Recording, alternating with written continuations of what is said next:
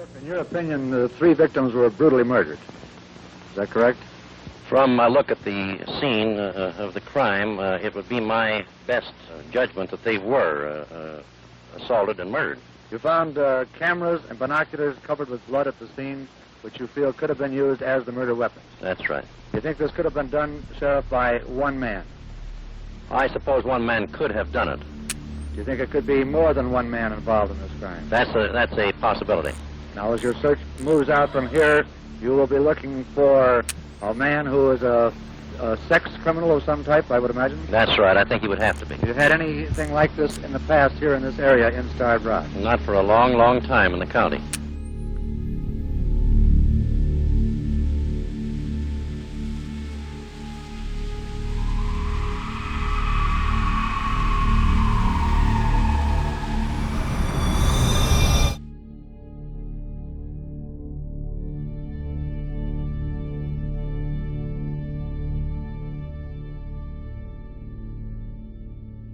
I'm Steve Stout. I live in Utica, Illinois. I'm 59 years old. I'm a staff writer for the local newspaper in Ottawa, Illinois, The Times. And about 25 years ago, I wrote a book on the Starved Rock murders, a crime that happened in 1960 here in Utica, Illinois, outside Starved Rock State Park. It was a crime that not only shocked the entire Midwest and the state, it stunned the nation as well, because it was one of the first times in the Illinois Valley that we had three people killed at the same time in the same crime. This is one of the rare crimes that you'll ever find that it's the location is the most important thing. It's a state park. It's a place of recreation. It's a place where people feel safe, feel secure. Three women from Riverside came down on March 14th, 1960 to spend a few days of rest and relaxation here at the lodge. They've been here before. They knew the path. They came down Old Route 6 into the park with their station wagon, and they parked their car. They checked into their rooms. They ate lunch at the lodge's spectacular dining room, and from that dining room table, that lunch table, they hiked into St. Louis Canyon. 2 days later, they were found beat to death in a crime that shocked the entire Illinois Valley, stunned the nation, and really began a legend around this case that will never go away. Tonight, in an eerie scene, the bodies of the three women were removed from the park and taken to an Ottawa funeral home for autopsies. 6 women originally planned to make the trip to Starved Rock, but 3 of them dropped out for various reasons. The 3 who did make the winter vacation trip and were murdered left a total of 9 children. The cave is in St. Louis Canyon, about a mile from the main lodge of the state park. The 3 women, close friends and neighbors in Riverside, had gone to the park Monday for a winter vacation. They disappeared shortly after their arrival, but a search did not get underway until this morning. Police squads under the personal direction of State Police Superintendent Morris are seeking clues, but their search is hindered by 8 inches of snow that fell on the park last night and today. Police say the women were beaten to death and their bodies dragged into the cave. There was evidence of a violent fight. At least 2 of the women apparently had been raped. At the main lodge, we talked to LaSalle County Sheriff Ray Utze. Sheriff, in your opinion, the 3 victims were brutally murdered. Is that correct? From my look at the scene of the crime, it would be my best judgment that they were assaulted and murdered. You found cameras and binoculars covered with blood at the scene, which you feel could have been used as the murder weapons. That's right. You think this could have been done, Sheriff, by one man? I suppose one man could have done it. Do you think it could be more than one man involved in this crime? That's a possibility. Now, as your search moves out from here, you will be looking for a man who is a sex criminal of some type, I would imagine? That's right. I think he would have to be. Have you had anything like this in the past here in this area in Starved Rock? Not for a long, long time in the county. Do you think that this person could still be here in this area? He could possibly be. We're checking out that possibility. These 3 women, Sheriff, do you believe were killed shortly after they set out from here at the lodge in Starved Rock State Park? That's my best guess, that they were killed Monday afternoon. They came in here, put on their hiking clothes, and out in the woods?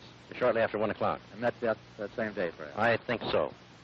Sheriff, thank you very much. On Wednesday, that would be the 16th of March, 1960, one of the husbands called back again, and they said they can't find it. can't find them, that they haven't been seen that morning. Well, he said, well, something must be wrong. Check the parking lot. They checked the parking lot. They found that station wagon covered with snow. They checked their rooms. They found out their beds haven't been slept in. The towels weren't used. And the luggage was still unpacked. Suddenly, they realized, once looking at that room, they have 3 people missing in the park, possibly for 2 days. They started searching the park. A bunch of kids from the detention center that's not too far away from here. They found the bodies in St. Louis Canyon, and that begins the mystery and the long legend of the Starved Rock murders. It's just amazing. Can you imagine what those kids must have seen? These women beaten to death, their clothes ripped up in a beautiful canyon, one of the most beautiful natural geographic areas that we have in the state of Illinois. And it's forever marred by this horrible, horrible crime that happened. This afternoon, reporter Bill Warwick went to Riverside, a community stunned by the tragedy that befell 3 of its most prominent and well-liked families. Reporter Warwick asked Mrs. Otting's daughter, Nancy, about her mother's trip. We had planned a 3-day holiday at Starved Rock. It was mainly just a midwinter vacation.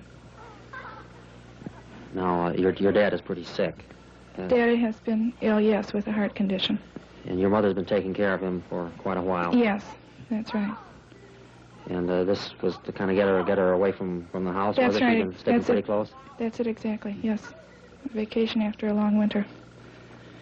She had planned to return tomorrow morning. They were in a car owned by Mrs. Murphy.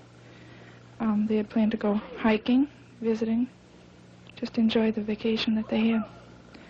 Other than that, no definite plans. Virgil Peterson, director of the Chicago Crime Commission, is a friend of all 3 families. Peterson complains that state officials waited too long before starting the search.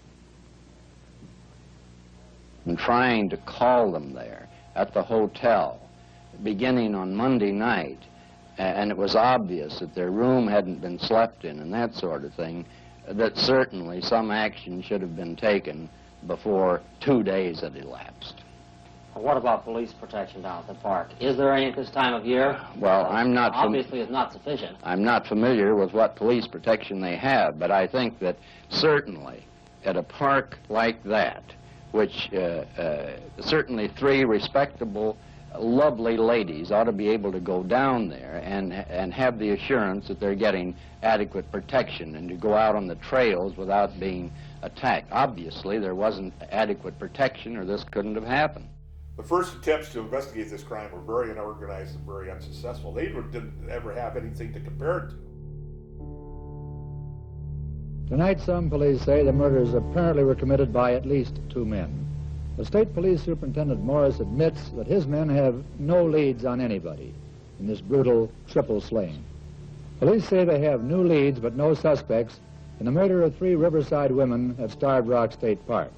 The new leads come from photographs taken by the women before they were assaulted and killed.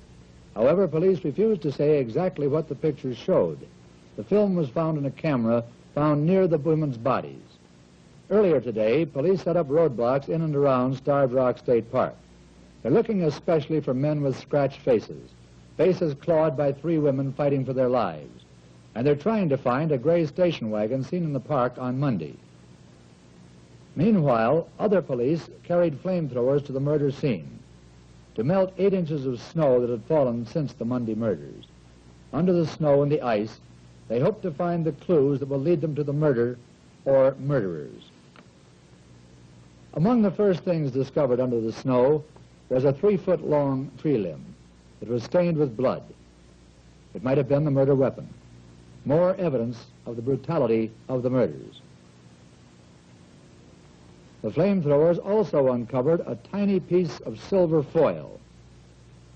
Apparently, it was the wrapping from a roll of film. So when they started melting the snow with blowtorches to find everything else, they found a pair of broken binoculars, they found a beat-up camera, they found some other possible clues down there, lots of blood and stuff from actually because the 3 women were bludgeoned to death. And they found a frozen tree limb that apparently, because of the splinters and wood found in the wounds of the victims, that apparently came off this frozen tree branch. Now, when it was thawed out, it was very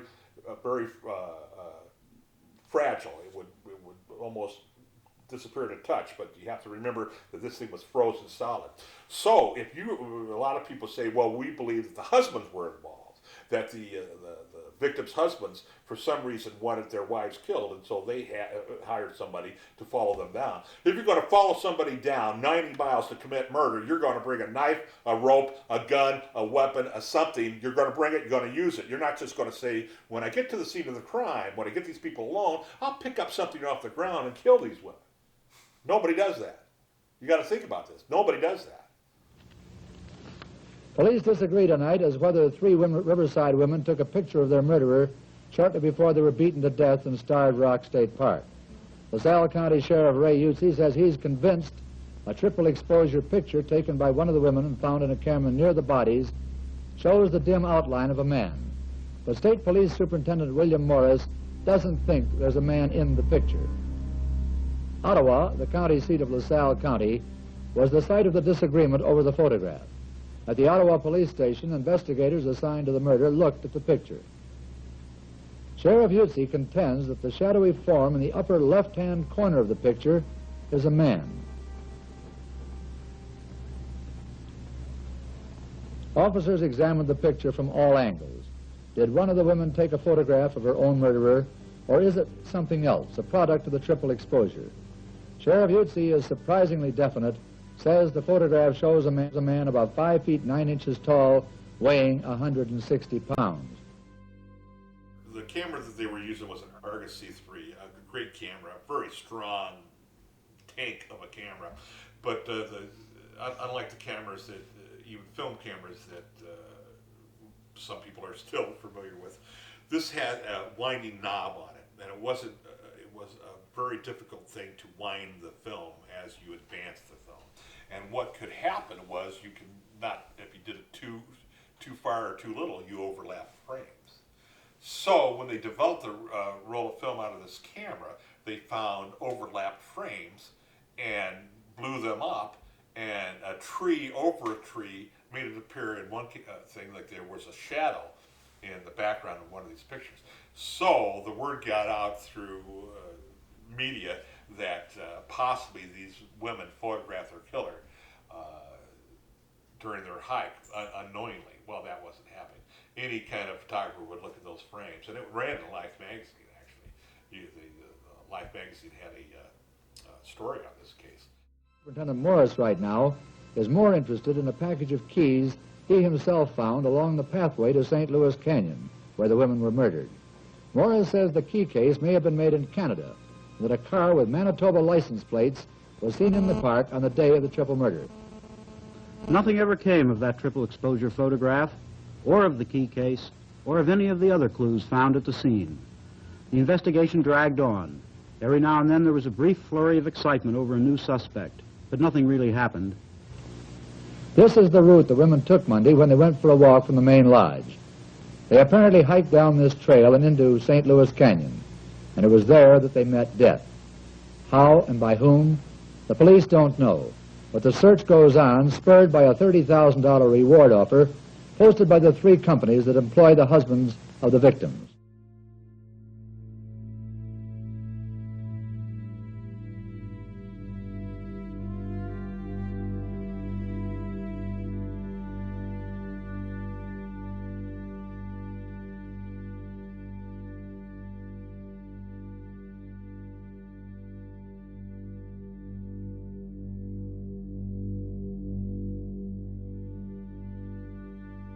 You know, the summer of 1960 was hot for everybody here in the Illinois Valley.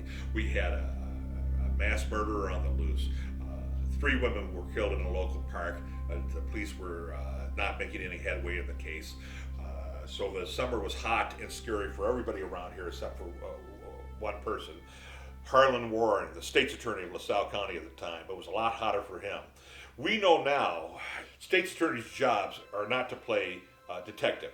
We don't vote them into office to be Columbo or Sherlock Holmes. We vote them in to take the arrestee and the evidence from law enforcement agencies and try the cases in court, win the cases in court for us. They're not supposed to solve the cases, but Harlan Warren was a proud man.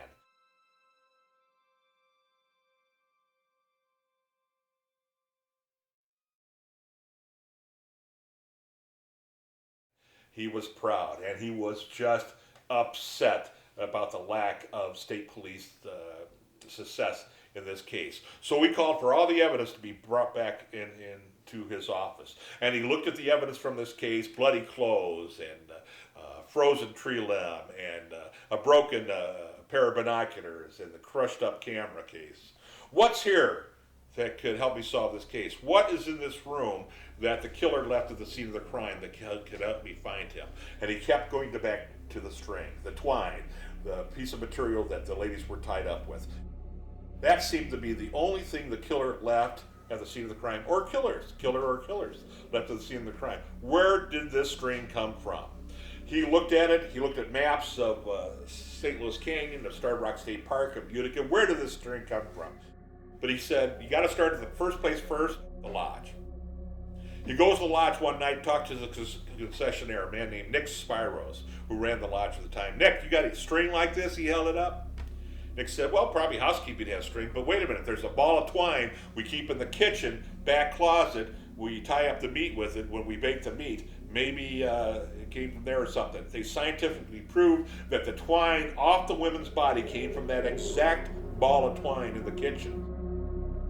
Harlan Warren thought about these polygraph exams. He said, well, the state messed up other things in this case. Maybe they messed up that too.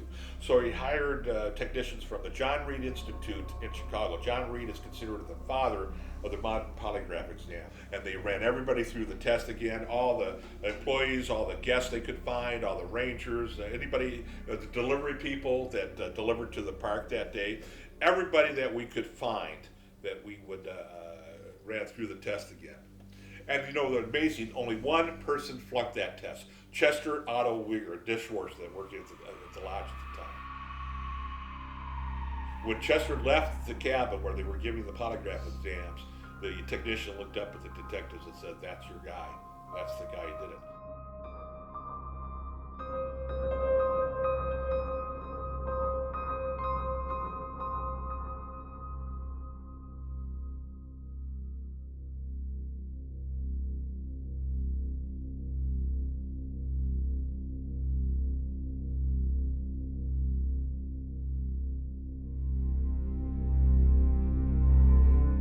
So, just as it is in modern times, back in 1960, you cannot use polygraph exams as any form of prosecution. You can only use it as a focus of an investigation. That's what they did. They put a 24-hour tail on Weger for a month, and they had state cops and other people follow him every place he went for a month. Chester knew they were there too. He would go into pool halls, taverns, and restaurants, sneak out the back door to watch the cops chase him up and down the street. He would also take him out on hunting trips, hunting expeditions when he's out there. And once he turned around at the posse, he followed him and pointed a rifle at the guys. He never thought he was going to be caught. But suddenly, the LaSalle County detectives remember something. 6 months before the crime happened, in Matheson State Park, about 2 miles away from the scene of the crime. Another beautiful state park, really close by. High school couple, seniors, they were on a date at Matheson State Park. They walked back to their car after taking a late afternoon hike. The sun was setting. They got close to the car, and a man stepped out of the shadows. He had a rifle in his hand and a bullet in his mouth. He ordered them to the ground. He robbed him. He raped her. He tied them up, and he left them. These two kids broke free of their bonds. It was a Sunday night, and they drove immediately from the park to the sheriff's office in Ottawa, the LaSalle County Sheriff's Office, to report the crime. The detectives separated these people, put them under hours of investigation, asked them about their sexual habits, asked them about their personal lives. This was their first and only date they ever had. And in the middle of the investigation, they stopped and said, "Get out, we don't believe you. We don't believe this crime happened. For some reason, you're lying to us. That was the attitude of rape in LaSalle County in 1960. This little girl and this guy robbed, attacked, tied up, gunpoint, raped, looking for help, and they were told to keep moving. They were kicked out of the sheriff's office. About a year later, they thought about these kids. Tied up in a park, robbed in a park. They had a suspect. They went down with a picture of Chester Weger to the girl's house. They mixed it up with a bunch of other mugshots that they had, threw them out on the table. She screams at the sight of Chester Weger photograph. Boom! They could arrest him for the rape robbery in 1959. And on November 17th, 1960, that's just what they do. They arrest him for the rape and robbery and pull him in. From everything that I've studied and have been told about Weger, he was a loner. He didn't have very many friends. He didn't drive. Yes, he had friends. He had a family. He still has a family. He does have kids. They still live in the area. Wow. It says he has a son and a daughter, I think. Yes. I don't know them personally. I did not know Chester, but people would tell me stories. The night before the murders, they were at a pool hall with Chester. And they didn't think anything of it. They didn't think anything, he was any different than anybody, than you and me.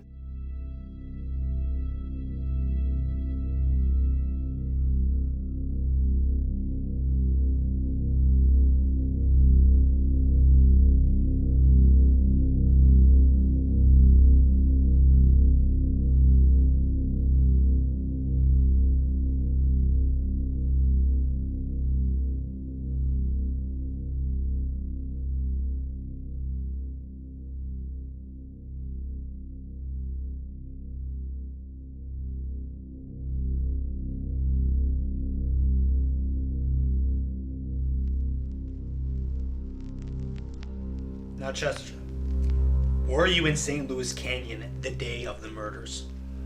No, You were not. I was not. Are you positive of that? Yes, I am positive.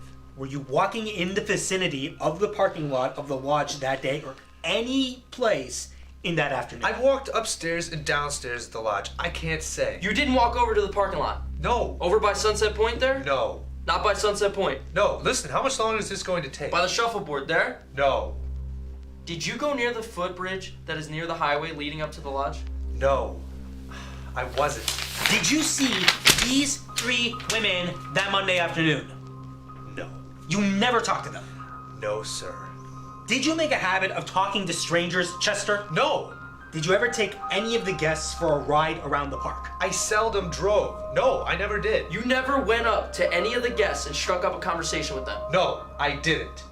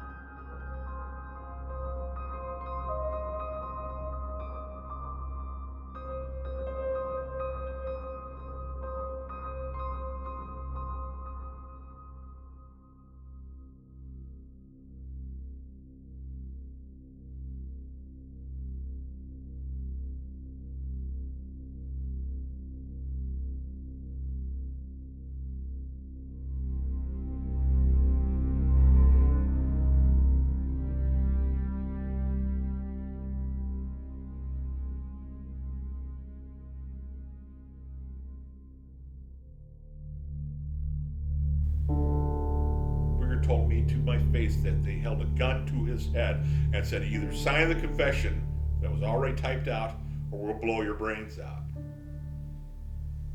I don't believe that. Chester right now says he was beaten into confessing, that he was actually beat up, physically harmed to sign that confession. If you were one of 2 cops beating up a suspect to get him to confess to a triple homicide, would you call his mother into the room?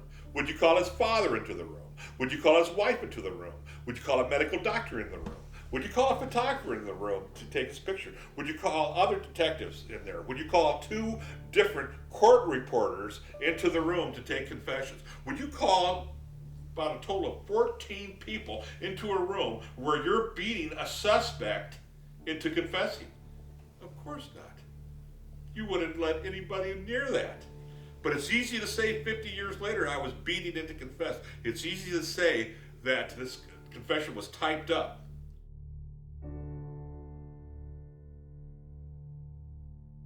Let's talk about the court reporter for a while. She's never mentioned. Josephine Thompson was her name. She was a divorced mother with sons. I don't know if she had, I can't remember if she had 2 or 3 sons, but she had children. Divorced mom. She needed that job. And she knew if she didn't take down every word correctly in that room or any other time that she was working court reporter, she was not only taking the chance of being fired, she was taking the chance of going to jail. What was her reason for lying? Did she lie? Did she make up things in that room? Did she type out a confession that some man didn't give? Of course not. And if she saw some harm being done to a man who wasn't arrested, who was just a suspect, who they just asked a question, did she have an obligation to say something about it? You bet she did. The Starved Rock murders, one of the worst crimes in Illinois history, have been solved. A 23-year-old dishwasher, Chester Otto Weger, has confessed that he killed 3 prominent Riverside women last March in Starved Rock State Park. Weger broke down under questioning last night and admitted to authorities in Ottawa that he clubbed the women to death and dragged their bodies inside this cave. Weger, shown here with the policeman at the entrance to the cave, is the father of 2 children. He was employed in the kitchen of the lodge of the state park, the same lodge where the 3 women had checked in for a brief vacation. His 3 victims were 50-year-old Mrs. Lillian Otting, 47-year-old Mrs. Frances Murphy, and 50-year-old Mrs. Mildred Lindquist. The Lindquists are shown here with their daughter, Nancy. The next day, November 18th, about 9 o'clock in the morning, Chester agreed to go down and do a reenactment of the crime. The state's attorney's office and the police agencies contacted the press. There was about 20, 30 press people down there, newspaper reporters, radio broadcasters, and TV cameramen. And they all hiked in together, police, Weger, the news media, into St. Louis Canyon, and they photographed and watched Chester Weger explaining how he killed 3 women. The dishwasher had been suspected of the crime from the very beginning, according to LaSalle County authorities. Weger had been given several lie detector tests before he suddenly confessed late last night. This morning, Weger accompanied police to the murder scene and reenacted the crime for them.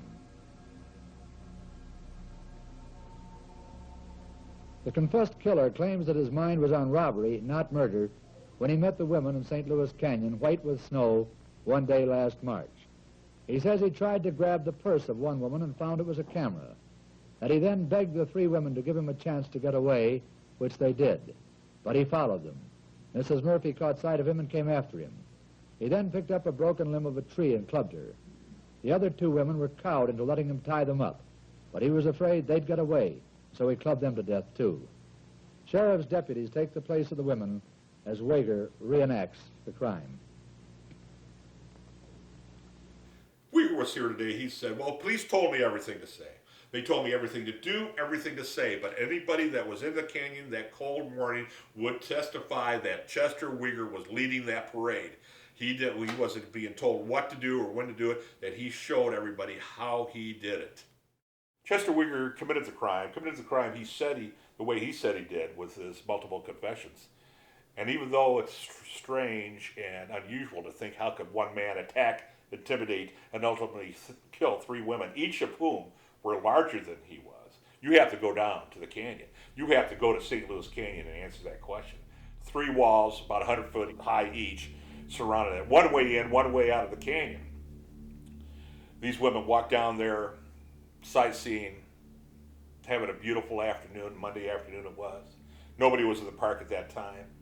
They were confronted by a man who meant to do them harm.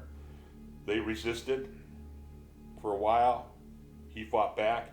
He talked them into being tied up, and he said he was going to leave them alone, and I believe that. I believe he confronted those three women as they turned to leave the canyon that day, and he stopped them. He grabbed for that camera bag that he thought was a purse, a camera case, and they resisted. They struggled.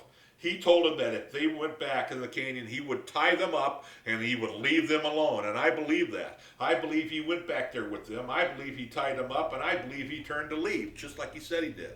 When he was walking out of that canyon, one of the women broke free of their bonds, ran up behind him, and with a pair of binoculars started hitting him over the top of the head. He reached down, picked up a frozen tree limb, hit her. She goes down. What does he have to do now? He has to go back and do damage to the other two because of identification. And that's exactly what he does. He goes back and kills the other two. The most important question they asked him that morning was this. Chester, it seems like you confessed to killing them in a certain spot in the canyon, but we found their bodies in another section, in a little overhang, a cave area down there. He said he heard a sound.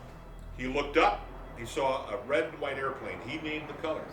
The police thought later, well, that's interesting, a plane. Again, where should we start looking for this plane? Maybe we can find it. They go to the nearest airport, Ottawa Airport. When the detective drove up to the airport facilities outside Ottawa, he parked in front of a cream and red airplane. He got out of his car, walked exactly to that plane, opened up the logbook inside the glove compartment of the plane, and sure enough, March 14th, 1960, at 1:30, quarter to 2 in the afternoon, the plane was up in the air. He contacted the pilot. Did you fly this plane over the rock at this time? Yes, I did. Why?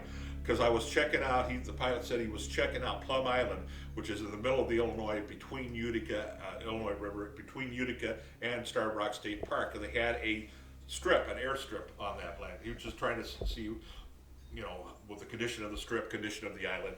And anybody could see an aerial view of St. Louis Canyon and Plum Island and think about a plane going in a circle. That puts that plane, the flight of that plane right over the canyon. That puts Weger in the canyon at the time of the murders, and I don't see how anybody can argue that.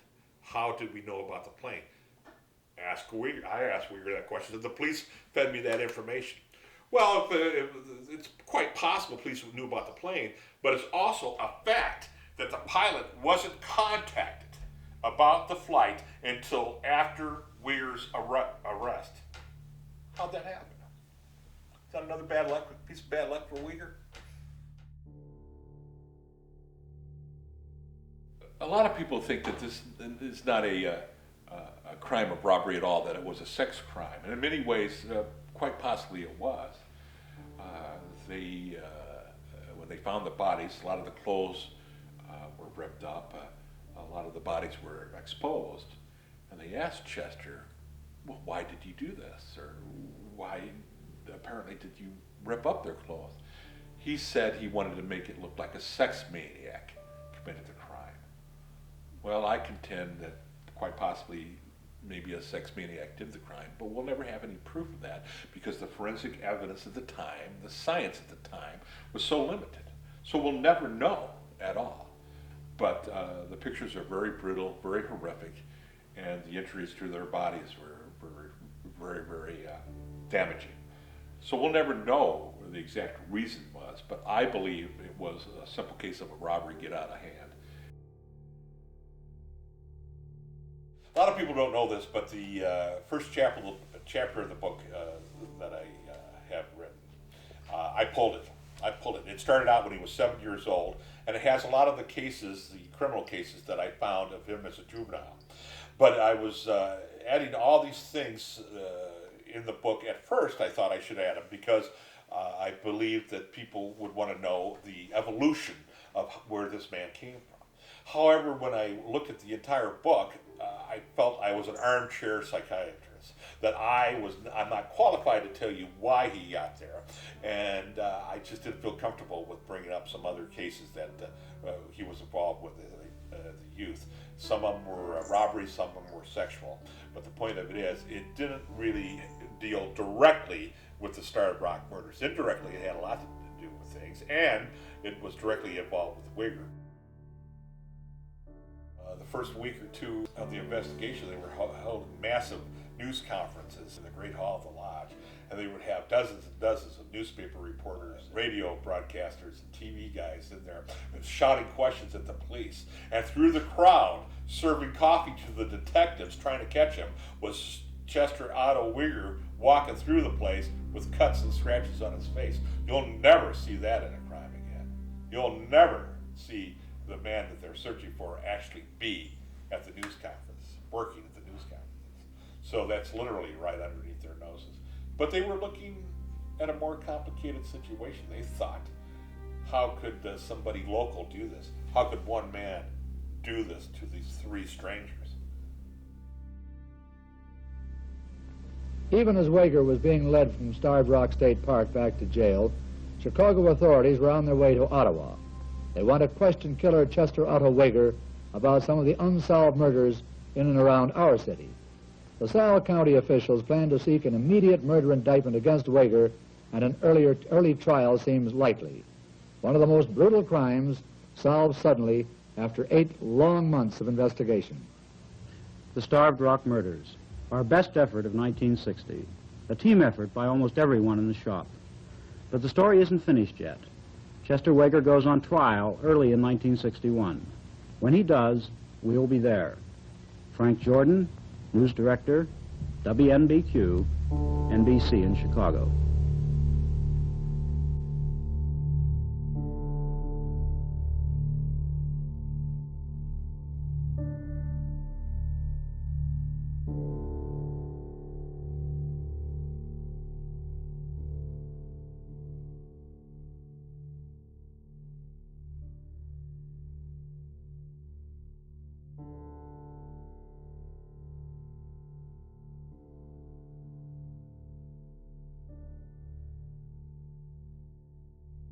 My guess is the only reason he's alive is because he was 21 at the time of the trial, but he looked 19. His babies, his 2 kids, sat behind him every day of the trial, and I maintain that 12 good citizens, 12 LaSalle County residents could not put a father to death in front of his babies. Could you? I couldn't. If any man deserved the death penalty, it would have been him, but why wasn't he put to death? He looked like a punk, he's still a punk.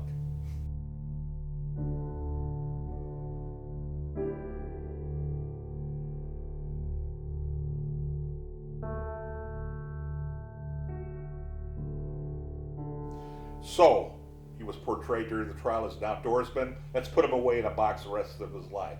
He's in that box. Why wouldn't he tell us if he had help? Why wouldn't he confess that somebody else was with me? There's no other reason. You would. Everybody you know would. Well, my personal opinion is that he had help doing it. I don't believe that Chester, the build and the stature that Chester was, that he could have killed 3 women at one time. I think that he had help. I think it was the son of the gentleman who ran the lodge at the time, because he sent his son off to Europe right after the murders, immediately after the murders, and he never came back until years later. And then he came back to the park. He lived, Spiros, George Spiros was his name. He lived up by the lodge in a house that was up there. He is now dead. He was always a hermit. He was very much of a loner. Wow. And him and Charlie was Chester. Were friends.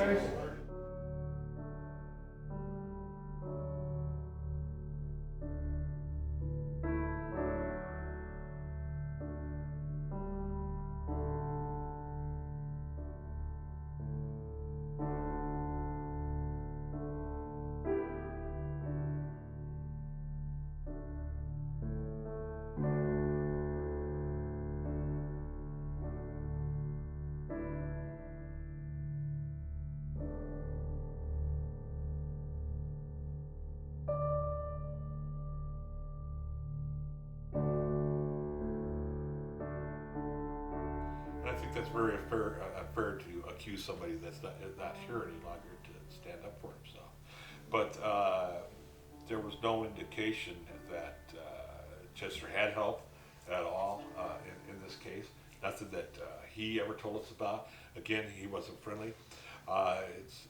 It's people spreading rumors and making up stuff that have no factual basis at all. And I think you have to be very careful before you accuse anybody of a triple homicide. If somebody does kill somebody once, what keeps them from doing it again?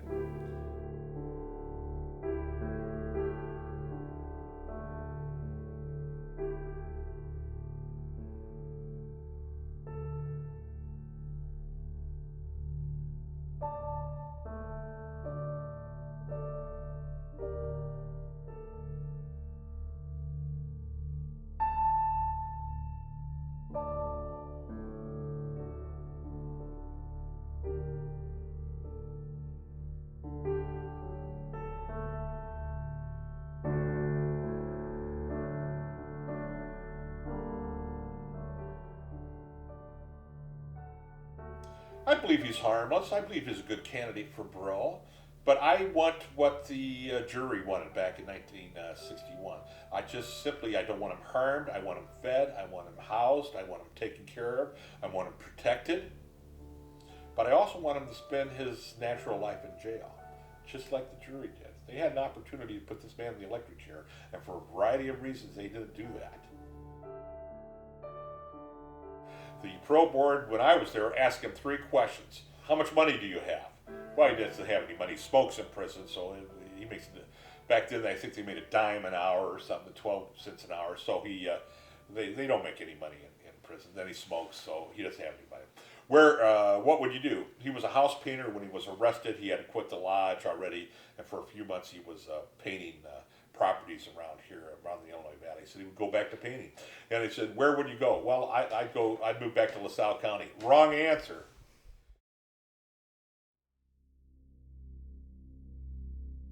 It's not like seeing those jails. It's not like seeing people chained to their waist smoking cigarettes. It's a very intimidating place.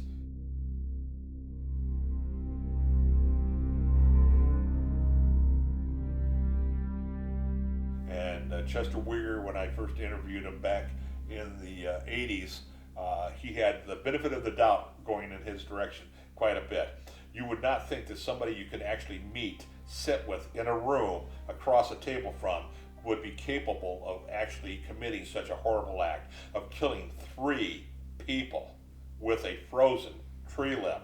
Can this guy in your presence actually be the one who have done it? You want to believe him.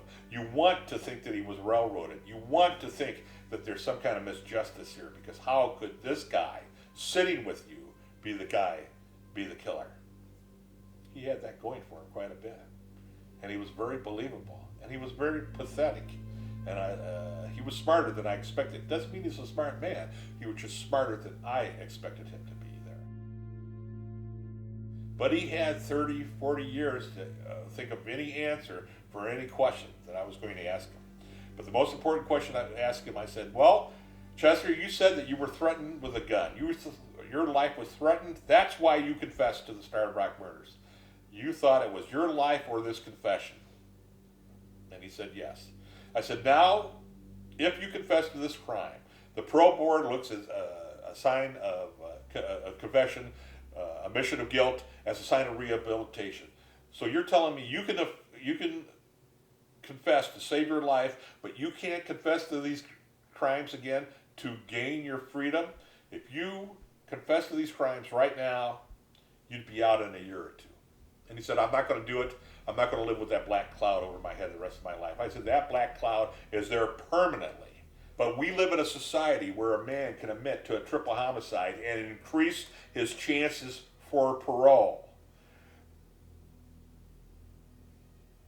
What kind of society is that?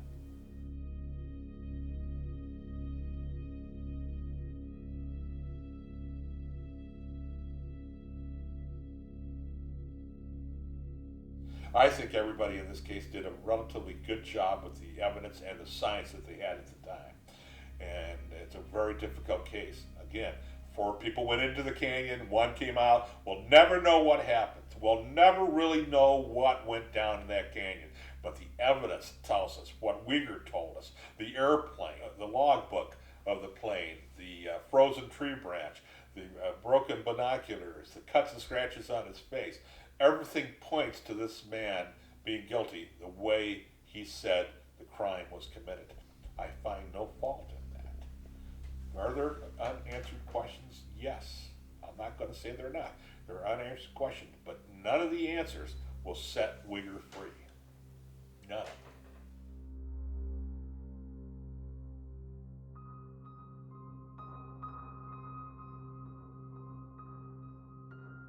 What? If Chester Weger didn't do this, who did and why?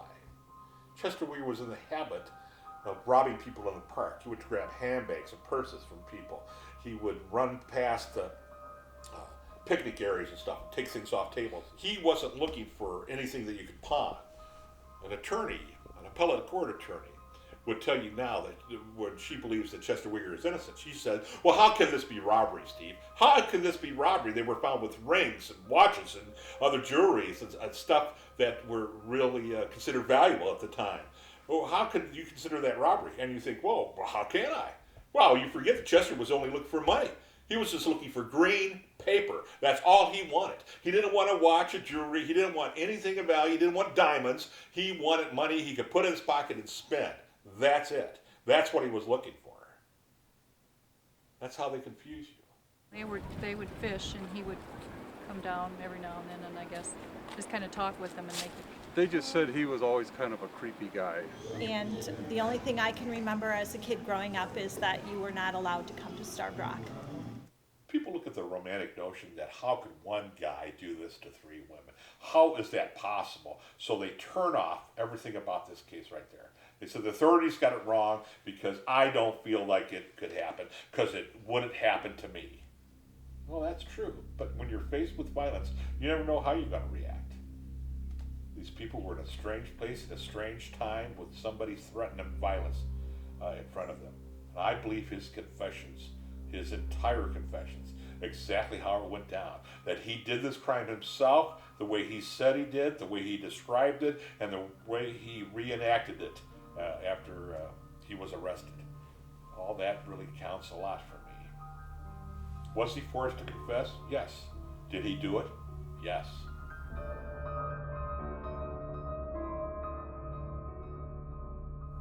I had a lot of personal reasons for finding out the truth in this case. I wanted to see if there was an injustice done. I think the authorities, due to the limitations of the science at the time, did a great job in this case. It took a little longer than they thought. It was a little messier than it should have been. I admit that. But the point of it is that solid detective work of that era proved this case. There's questions that will not be answered from this case. There's questions in every case that won't be answered. But I believe the prosecutors, the authorities, did the best they could at the time, and they solved the Starved Rock murders. We can make up anything else we want to about this case, and we can ignore certain factors about this case that come up, but I maintain that the justice system worked in this case. It was slow, it was messy, but it worked. The right man is in jail for this crime. We are safer today because of the Starved Rock murders, and the lessons and the mistakes made in this case were safer because of the Starved Rock murders. And it's an important case in the state police history. And it'll never go away. It'll be with us forever. So what attracted you to this story? Too many people thought Chester Weger was innocent. Too many people were saying that the wrong man is in jail for this crime. I set out to prove it to myself. I did prove that the right man is in jail for this crime, and I'll stand up to anybody at any time to tell them that, or to argue that, or to discuss it.